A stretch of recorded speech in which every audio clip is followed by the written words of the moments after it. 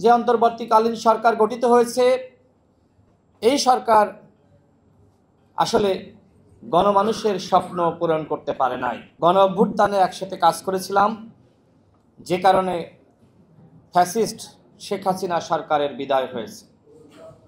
আমরা যদি নতুন রাষ্ট্র বিনির্মাণ করতে চাই, সেক্ষেত্রে আমাদের সবাইকে একসাথে কাজ করতে হবে, হাতে হাত রেখে কাজ করতে হবে।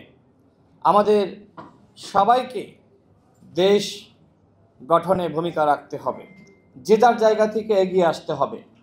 অন্যথায় নতুন বাংলাদেশ গঠনের স্বপ্ন ব্যাহত হয়ে যাবে। যেমনিভাবে আমরা বলছি 24-এর গণ অভ্যুত্থানের পরে নতুন বাংলাদেশের স্বপ্ন অনেকটা ব্যাহত হয়ে গেছে। এর কারণটা কি? এর কারণটা হলো যে অন্তর্বর্তীকালীন সরকার গঠিত হয়েছে, এই সরকার আসলে গণমানুষের স্বপ্ন পূরণ করতে পারে নাই। বিভিন্ন এনজিও ব্যক্তিত্বকে ধরে এনে দায়িত্ব দেওয়া হয়েছে। রাষ্ট্র পরিচালনা করা রাজনীতির কাজ। সেই রাজনীতির কাজ যারা বোঝে না, যাদের অভিজ্ঞতা নাই, তারা গণ অভ্যুত্থান পরবর্তী সময়ে একটি নতুন রাষ্ট্র আমাদেরকে উপহার দিবে, সেটি কি বাস্তবসম্মত? মূলত অভিজ্ঞতার অভাবে তারা আমাদেরকে নতুন রাষ্ট্র উপহার দিতে পারে নাই।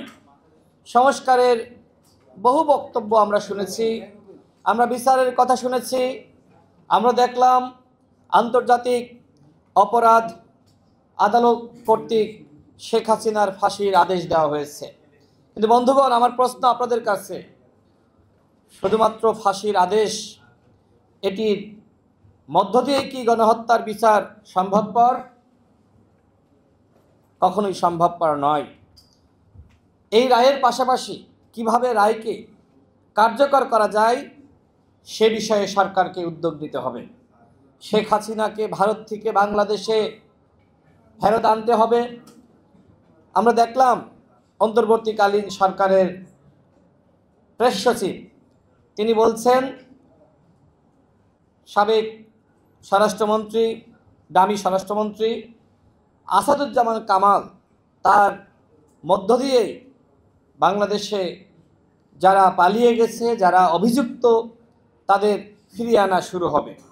কিন্তু পরবর্তীতে আবার আমাদের পররাষ্ট্র উপদেষ্টা তিনি বললেন যে আসাদুজ্জামান কামালকে বাংলাদেশে ফিরিয়ে আনা হচ্ছে, এই খবর আমাদের কাছে নাই।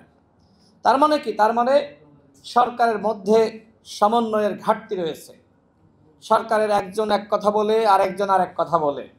তো এইভাবে কি আসলে রাষ্ট্র চলতে পারে? কোনোভাবে এইভাবে রাষ্ট্র চলতে পারে না।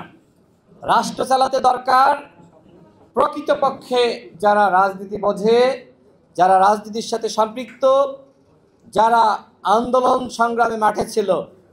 এখন গণ অভ্যুত্থান পরবর্তী সময়ে আপনি সংস্কার করবেন, বিচার করবেন, সুষ্ঠু নির্বাচন করবেন, যে মানুষগুলো গণ অভ্যুত্থানের সময় রাজপথে ছিল না, যারা গণ অভ্যুত্থানের কিছু বোঝে না, যারা কখনো রিমান্ডের নির্যাতনের শিকার হয়নি, যারা কখনো রাজপথে নামে নাই, যাদের সন্তানেরা বিদেশে পড়াশোনা করে, তাদের কাছ থেকে সংস্কার হবে, তারা নতুন বাংলাদেশ গঠন করে দিবে, সেইটা কিন্তু শুরু থেকে আমি বিশ্বাস করি নাই। যে কারণে আমি শুরু থেকে এই সরকারের গঠনমূলক সমালোচনা করে এসেছি। কিন্তু আমি এটিও বলি নাই যে এই সরকারের পদত্যাগ করতে হবে, কারণ গণ অভ্যুত্থানের পরে ভালো হোক খারাপ হোক একটি সরকার গঠিত হয়েছে। সেই সরকার যদি পুরোপুরি ব্যর্থ হয়ে যায়, তাহলে ওই আওয়ামী ফ্যাসিবাদ আবার ফিরে আসবে। আপনারা দেখেন নাই কিভাবে শেখ হাসিনা ভারতে বসে চক্রান্ত করছে? আপনাদের কাছে আমার প্রশ্ন, এই চক্রান্ত কি আসলেই শুধুমাত্র আওয়ামী লীগ আর শেখ হাসিনা করছে, নাকি এই চক্রান্তের পিছনে ভারতের হাত রয়েছে?